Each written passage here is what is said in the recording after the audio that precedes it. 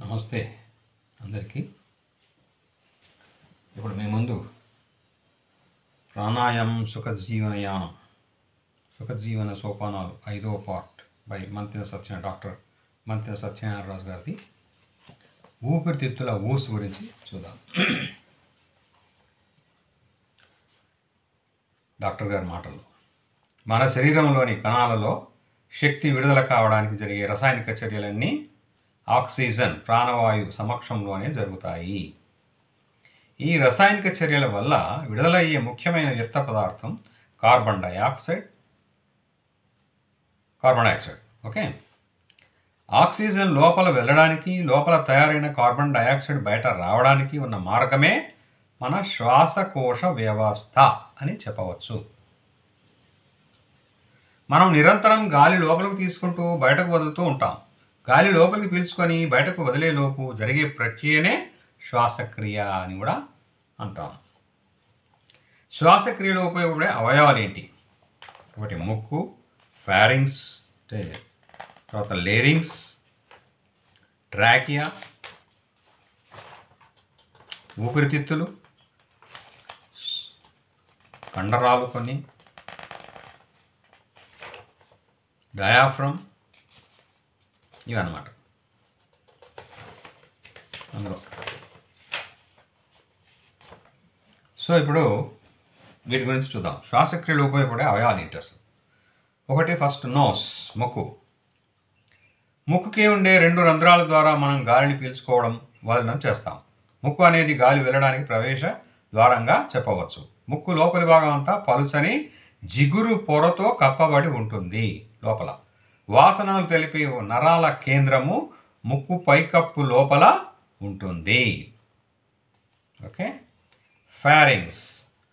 Pharynx ఇది 5 అంగుళాల పొడవు ఉండే గొట్టం లాంటి భాగము.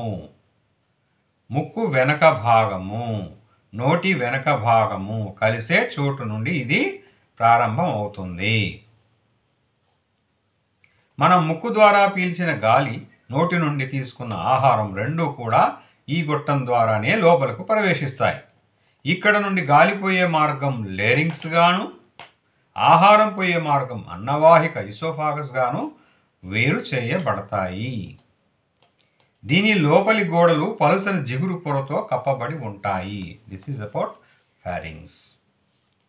Next larynx. ఇప్పుడు ఫారింగ్స్ నుండి గాలి వెళ్ళే మార్గం లేరింగ్స్ అని పిలువబడుతుంది. దీనినే మనం స్వరపీఠిక అంటాము. ఇది కూడా ఫారింగ్స్ లాగా గొట్టం లాంటి నిర్మాణము. లేరింగ్స్ లోపలి భాగములో వోకల్ కార్డ్స్ అనే 2 పొరలు అమర్చబడి ఉంటాయి. మనం పీల్చిన గాలి వీటి మీదుగా వెళ్ళినప్పుడు మనకు గొంతు నుండి శబ్దాలు పుట్టడం అనేది జరుగుతుంది. లేరింగ్స్ బయట వైపున థైరాయిడ్ గ్రంథి అతుక్కొని ఉంటుంది. అదే భాగంలో లేరింగ్స్ లోపలి వైపు నుండి ఒక పలుచని ఆకులాంటి పొర ప్రారంభం నాలుక వెనక భాగం వైపు వంగి ఉంటుంది. దీనిని ఎపిగ్లాటిస్ అంటారు. మన ఆహారం మింగినప్పుడు ఫారింగ్స్ లోనికి వచ్చిన ఆహారం గాలిపోయే మార్గమైన లేరింగ్స్ లోనికి వెళ్లకుండా ఈ ఎపిగ్లాటిస్ అనే పొర లేరింగ్స్ ద్వారాన్ని మూసివేస్తుంది. అప్పుడు ఆహారం ఫారింగ్స్ నుండి అన్నవాహికలోకి వెళ్తుంది. Next 4 trachea. లేరింగ్స్ నుండి గాలి వెళ్ళే మార్గాన్ని ట్రాకియా అంటారు. దీనినే గాలిగొట్టం అని కూడా అంటారు. లేరింగ్స్ యొక్క చివరి భాగం ట్రాకియాగా మారుతుంది. ఇది సుమారు 4 అంగుళాల పొడవు ఉంటుంది. దీని చివరి భాగము 2 శాఖలుగా విభజింపబడి ఉంటుంది. ఈ 2 శాఖలను కుడి ఎడమ బ్రోంకస్లని అంటారు. కుడివైపు ఉండే బ్రోంకస్ వెడల్పుగా పొట్టిగా 1 అంగుళం పొడవుతో ఉంటుంది. ఇది కుడివైపు ఊపిరితిత్తులలోనికి ప్రవేశిస్తుంది. అక్కడి నుండి అది 3 ప్రధాన శాఖలుగా విభజింపబడుతుంది. ఒక్కో శాఖ ఊపిరితిత్తులలోని ఒక్కో భాగానికి చేరుతుంది. అక్కడ ప్రతి శాఖ మరలా చిన్న చిన్న శాఖలుగా విభజింపబడి ఉంటుంది. ఎడమ వైపున ఉండే బ్రోంకస్ 2 అంగుళాల పొడవు ఉండి కుడివైపు బ్రోంకస్ కంటే సన్నగా ఉంటుంది. ఇది ఎడమవైపు ఊపిరితిత్తులలోనికి ప్రవేశించిన తర్వాత 2 ప్రధాన శాఖలుగా విభజింపబడి అన్ని వైపులా విస్తరిస్తుంది. అక్కడ ఒక్కొక్క శాఖ మరలా చిన్న చిన్న శాఖలుగా విభజింపబడుతుంది. ఈ బ్రోంకస్ల లోపలి గోడలు పలుచని జిగురు పొరతో కప్పబడి ఉంటాయి. బ్రోంకస్ల చిన్న శాఖలను బ్రోంకియోల్స్ అంటారు. ఈ బ్రోంకియోల్స్ ఇంకా విభజింపబడే కొద్దీ వాటి యొక్క గోడలు పలుచగా మారి సన్నని గొట్టాలుగా ఏర్పడతాయి. వీటిని అల్విలియోలార్ డక్ట్స్ అంటారు. వీటి చివరి భాగాలు ద్రాక్ష గుత్తి మాదిరిగా చిన్న చిన్న తిత్తులుగా ఏర్పడతాయి. వీటిని అల్విలియోలై అంటారు. అల్వియోలై. ఈ మొత్తం నిర్మాణం సులువుగా అర్థం కావాలంటే ఒక చెట్టు బొమ్మను తిరిగేసి చూస్తే ఎలా ఉంటుందో అలా ఉంటుందన్నమాట. ఇందులో ట్రాకియా అనేది కాండం మాదిరిగా, బ్రోంకస్లు పెద్ద కొమ్మలు మాదిరిగా, బ్రోంకియోస్ చిన్న కొమ్మలు మాదిరిగా, అల్వియోలైలు ఆకులు మాదిరిగా పోల్చుకుంటే చాలా వివరంగా తెలుస్తుంది. ఊపిరితిత్తుల నిర్మాణము ఇది.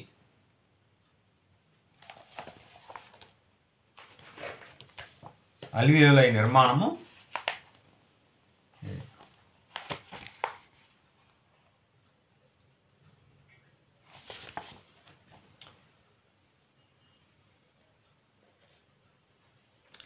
నెక్స్ట్ 5 ఊపిరితిత్తులు.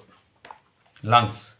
ఊపిరితిత్తులు రెండు కోణాకారంలో పైన సన్నగా క్రింద వెడల్పుగా ఉండి ఛాతి మధ్య భాగం గుండా రెండు వైపులా విస్తరించి ఉంటాయి. రెండు ఊపిరితిత్తులకు మధ్యన గుండె అమర్చబడి ఉంటుంది. ఊపిరితిత్తులను ముందు వైపు, వెనక వైపు పక్కటెముకలు కప్పి ఉంటాయి. అడుగు భాగం అర్ధచంద్రాకారంలో ఉండి డయాఫ్రమ్ పై భాగానికి ఆనుకొని ఉంటుంది. ఊపిరితిత్తుల లోపలి భాగంలోనికి గుండె గుండి రక్తాన్ని తీసుకువచ్చే రక్తనాళాలు, ఊపిరితిత్తుల నుండి రక్తానికి గుండెకు పంపే రక్తనాళాలు, బ్రోంకస్లు, నరాలు, లింఫ్ నాళాలు అన్నీ ప్రవేశించే భాగాన్ని హైలం అని అంటారు. కుడి ఊపిరితిత్తు 3 భాగాలుగా విభజింపబడి ఉంటుంది. ఎడమ ఊపిరితిత్తు 2 భాగాలుగా విభజింపబడి ఉంటుంది. ఊపిరితిత్తుల బయట వైపు 2 సీరస్ పొరలు ఉంటాయి. ఒక పొర ఊపిరితిత్తుల బయట తలాన్ని అంటుకొని ఉంటుంది. దీనిని విసరల్ ఫ్లోరా అంటారు. ఇంకొక పొర ఛాతి లోపలి గోడల్లోనూ క్రింది వైపు డయాఫ్రమ్ను ఆనుకొని ఉంటుంది. దీనిని పెరైటల్ ఫ్లోరా అంటారు. ఈ 2 పొరల మధ్య ఉండే ప్రదేశాన్ని ఫ్లూరర్ క్యావిటీ అంటారు. దీనిలో పలుచని సీరస్ ద్రవం నిండి ఉంటుంది. మనం గాలి పీల్చి వదిలేటప్పుడు ఈ 2 పొరల మధ్య రాపిడి లేకుండా ఈ ద్రవం కాపాడుతుంది. నెక్స్ట్ శ్వాసక్రియలో సహకరించే కండరాలు. 6. ఊపిరితిత్తులు గాలిని పీల్చుకోవడానికి, వదలడానికి కొన్ని కండరాల సహాయం కూడా అవసరం అవుతుంది. వీటిలో ముఖ్యమైనవి పక్కటెముకల మధ్య ఉండే కండరాలు. డయాఫ్రమ్ శ్వాసను బాగా కష్టంగా తీసుకున్నప్పుడు పొట్ట యొక్క కండరాలు, మెడలోని కండరాలు, భుజాలలోని కండరాలు కూడా అవసరం అవుతాయి. సో నెక్స్ట్ అందులో పక్కటెముకల మధ్య ఉండే కండరాలు. Intercostal muscles. ఛాతిలో మధ్య 12 జాతల పక్కటెముకలు ఉంటాయి. ఈ 12 జతల ఎముకలు పక్కటెముకలు ఉంటాయి. ఈ 12 జతల ఎముకలని ఒకదానితో ఒకటి కలుపుతూ 11 జతల కండరాలు అమర్చబడి ఉంటాయి. వీటిని పక్కటెముకల మధ్య ఉండే కండరాలు అంటారు. ఈ కండరాలు సంకోచించినప్పుడు పక్కటెముకలన్నీ ముందుకు లాగబడి ఛాతి లోపల భాగం విస్తరింపబడుతుంది. ఇక్కడ గాలి వదిలినప్పుడు ఎలా ఉంటుందో, గాలి పీల్చినప్పుడు ఎలా ఉంటుందో చూచాడు.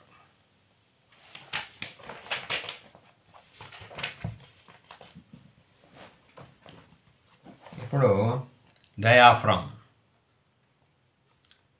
ఇది ఇంటికి పైకప్పులాగా కడుపులోని అవయవాలకు పైన అమర్చబడి ఛాతీ భాగాన్ని, పొట్ట భాగాన్ని వేరు చేస్తూ ఉంటుంది. ఇది విసన్న కర్ర మాదిరిగా విస్తరించి వెనక వైపు వెన్నెముకకు, ముందు వైపు ఛాతీ ఎముకకు, అంచులలో పక్కటెముకలకు అతుక్కొని ఉంటుంది. దీని కండరాలు సంకోచించినప్పుడు కిందికి లాగబడుతుంది. దాంతో ఛాతీ లోపలి భాగం విస్తరిస్తుంది. కండరాలు వ్యాకోచించినప్పుడు తిరిగి యథాస్థానానికి పైకప్పు మాదిరిగా వస్తుంది. శ్వాసక్రియలో ఇది ప్రముఖ పాత్ర వహిస్తుంది. దీనితో పాటు పక్కటెముకల మధ్య ఉండే కండరాలు సంకోచించడం, వ్యాకోచించడం జరుగుతుంది. నెక్స్ట్ ఊపిరితిత్తులకు రక్తం సరఫరా ఎలా అవుతుందో చూద్దాం. గుండె నుండి చెడు రక్తాన్ని మోసుకువచ్చే రక్తనాళము కుడి ఎడమ శాఖలుగా విభజింపబడి 2 ఊపిరితిత్తులలోనికి ప్రవేశిస్తుంది. అక్కడ రక్త నాళాలు చిన్న చిన్న శాఖలుగా విభజింపబడి బ్రోంకస్లు, బ్రోంక్యూలు పక్కనే ప్రయాణిస్తూ అల్వియోలైకి చేరేవరికి ఇంకా సూక్ష్మంగా చిన్న చిన్న దారాల వలలాగా అల్వియోలై గోడల చుట్టూ విస్తరించి ఉంటాయి. ఈ చిన్న రక్త నాళాల గోడలు అతి పలుచగా ఒకే కణం మందాన నిర్మింపబడి ఉంటాయి. అదే మాదిరిగా అల్వియోలై గోడలు కూడా చాలా పలుచగా నిర్మింపబడి ఉంటాయి. అల్వియోలై ఉన్న ఆక్సిజన్ రక్తంలో ఉన్న కార్బన్ డైఆక్సైడ్ యొక్క మార్పిడి ఈ 2 పలుచని గోడల మధ్యన జరుగుతుంది. ఓకే, గుండె ఊపిరితిత్తులు.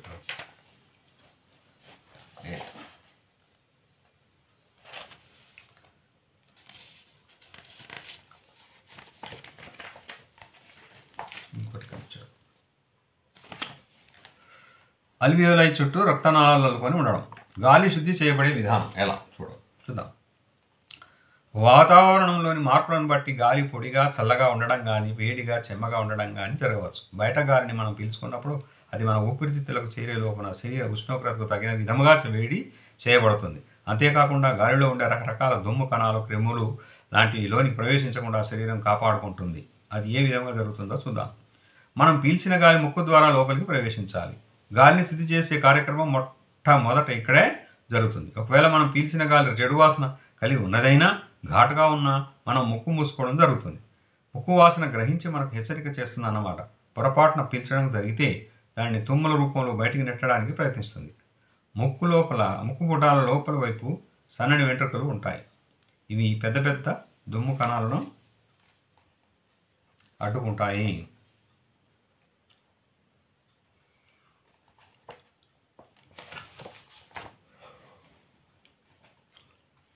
నెక్స్ట్, ముక్కు లోపలి గోడల్లో ఉండే జిగురు పొరలు రోజుకి 1 లీటర్ వరకు జిగురును ఊరిస్తూ ఉంటాయి. ఈ జిగురు పొరల పైన కంటికి కనబడని వెంట్రుకల లాంటి కణాలు ఉంటాయి. వీటిని సీలియాలు అని అంటారు. గాలి ద్వారా ప్రవేశించిన బ్యాక్టీరియాలు, వైరస్లు, దుమ్ము కణాలు ఈ జిగురు పొరలకు అతుక్కున్నప్పుడు సీలియాలు వాటిని చీపురుతో తుడిచినట్లుగా గొంతు వైపు నెడతాయి. సెకనుకు 10 సార్లు చొప్పున ఈ సీలియాలు నిరంతరం ముక్కులోని చెత్తను చూస్తూనే ఉంటాయి. మనం మాసిపోయిన దుప్పటిని మార్చినట్లుగా ముక్కులోని జిగురు పొరలు ప్రతి 20 నిమిషాలకు మారుతూ ఉంటాయి. ముక్కు నుండి తుడవబడిన 2 అంతా నిశ్శబ్దంగా జారుకుంటూ పొట్టలోనికి చేరుతుంది.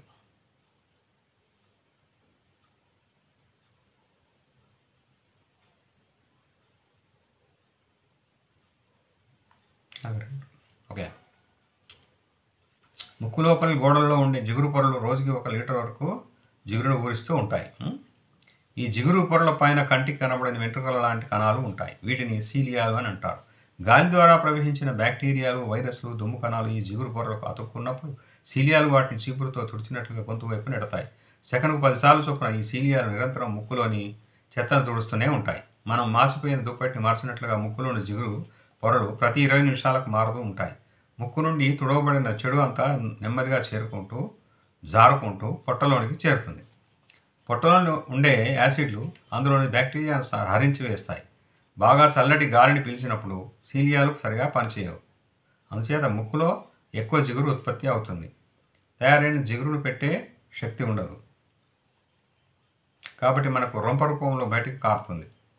ముక్కు లోపలి రంధ్రంలో లోపలి గోడల్లో వేడిని పుట్టించే ఆ విధమైన కొంత నిర్మాణం ఉంటుంది.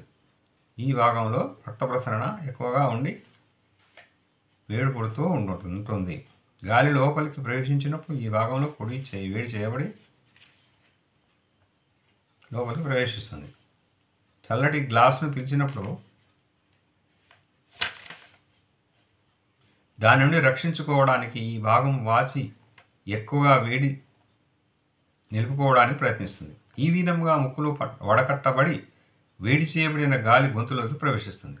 ముక్కులో నుండి పొరపాటున ఏదైనా దుమ్ము కణాలు ఇందులో గొంతులో ప్రవేశిస్తే వాటి దగ్గు రూపంలో గొంతు బయటికి నెడుతుంది.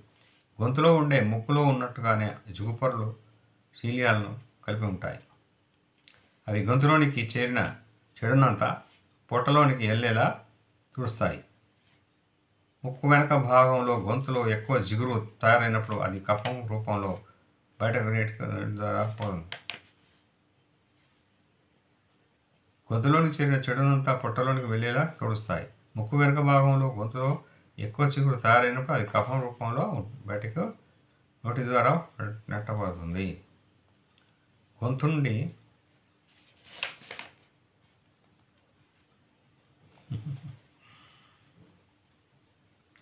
గొంతులో కూడా ముక్కులో ఉన్నట్టుగానే చిగురు పొరలు శిల్యాలను కలిగి ఉంటాయి. ఇవి గొంతులోని చేరిన చెడునంతా పొట్టలోనికి వెళ్ళేలా తుడుస్తాయి. ముక్కు వెనుక భాగంలో గొంతులో ఎక్కువ జిగురు తయారైనప్పుడు అది కఫం రూపంలో బయటికి నోటి ద్వారా నెట్టబడుతుంది. గొంతు నుండి గాలి లైరింగ్స్ ద్వారా ఊపిరితిత్తులలోని శ్వాసనాళాలలోనికి చేరుతుంది. అక్కడ గాలి పూర్తిగా శుభ్రం చేయబడుతుంది. బ్రోంకస్ల లోపల గోడలలో ఉండే చిగురు పొరలు చాలా చిక్కటి జిగురు పొరలు కలిగి ఉంటాయి. ఇక్కడ చేరుకున్న గాలిలో ఇంకా సూక్ష్మమైన క్రిములు మిగిలి ఉంటే ఆ జిగురు పొరలు పూర్తిగా శుభ్రం చేస్తాయి. అక్కడ సీలియాలు కొన్ని కోట్ల సంఖ్యలో ఉంటాయి. అవి బ్రోంకస్లో తయారైన జిగురును మలినాలను గొంతు వైపు నెట్టేటట్లుగా తుడుస్తూ ఉంటాయి. ఇవి కూడా ముక్కులో తుడిచిన విధంగా సెకన్కు 12 సార్లు తుడుస్తాయి. పొగ తాగే వారిలో ఈ సీలియాలు దెబ్బతిని చాలా తక్కువ సంఖ్యలో ఉంటాయి. అందువలన లోపలికి చేరిన నీడను శుద్ధి చేసుకునే అవకాశం లేక ఊపిరితిత్తుల కణాలు దెబ్బతింటాయి. ఈ విధముగా మన ముక్కులో నుండి అల్వియోలై వరకు గాలి చేరే లోపల పూర్తిగా శుభ్రం చేయబడుతుంది. ఊపిరితిత్తులో గాలి పరిమాణం లాస్ట్. మన 2 ఊపిరితిత్తులు 4 లీటర్ల గాలి వరకు నింపుకోగల సామర్థ్యం కలిగి ఉంటాయి. మనం ప్రతి శ్వాసలో 300 నుంచి 500 మిల్లీలీటర్ల వరకు గాలిని తీసుకుంటూ వదులుతూ ఉంటాం. దీర్ఘంగా శ్వాసను తీసుకొని ఊపిరితిత్తుల నిండా గాలి పీల్చినప్పుడు 1500 మిల్లీలీటర్ల వరకు ప్రతి శ్వాసలో గాలిని తీసుకోగలుగుతాం. మనం పీల్చుకున్న గాలి అంతా అల్వియోలైలోనికి చేరదు. కొంత గాలి శ్వాసనాలలో మిగిలిపోతుంది. ఇది సుమారు 140 మిల్లీలీటర్ల వరకు ఉంటుంది. ఆరోగ్యవంతుడైన మనిషికి నిమిషానికి 16 నుండి 18 సార్లు శ్వాసలు తీసుకుంటారు. నిమిషానికి లోపల తీసుకునే 15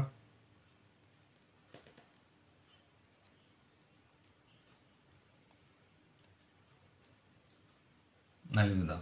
మన 2 ఊపిరితిత్తులు 4 లీటర్ల గాలి వరకు నింపుకోగల సామర్థ్యం కలిగి ఉంటాయి. ఓకే, మనం ప్రతి శ్వాసలో 300 నుంచి 500 మిల్లీలీటర్ల వరకు గాలిని తీసుకుంటూ వదులుతూ ఉంటాం. దీర్ఘంగా శ్వాసను తీసుకొని ఊపిరితిత్తుల నిండా గాలి పీల్చినప్పుడు 1500 మిల్లీలీటర్ల వరకు ప్రతి శ్వాసలో గాలిని తీసుకోగలుగుతాం. మనం పీల్చుకున్న గాలి అంతా అల్వియోలైలోనికి చేరదు. కొంత గాలి శ్వాసనాళాలకు మిగిలిపోతుంది. ఇది సుమారు 140 మిల్లీలీటర్ల వరకు ఉంటుంది. ఆరోగ్యవంతుడైన మనిషి నిమిషానికి 16 నుండి 18 సార్లు శ్వాసలు తీసుకుంటారు. నిమిషానికి లోపల తీసుకునే గాలి సుమారు 8 లీటర్ల వరకు ఉంటుంది. మనం గాలిని వదిలేటప్పుడు అల్వియోలైలో ఉండే గాలి పూర్తిగా బయటకు రాదు.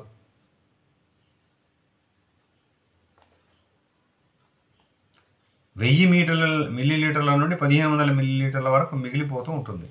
మనం పీల్చుకున్న గాలి అంతా రక్తాన్ని శుద్ధి చేయడానికి ఉపయోగపడదు. అల్వియోలైలోకి చేరిన గాలి మాత్రమే రక్తాన్ని శుద్ధి చేస్తుంది. శ్వాస దీర్ఘంగా తీసుకున్నప్పుడు తక్కువ శ్వాసలు తీసుకున్నప్పటికీ ఎక్కువ గాలిని అల్వియోలైకి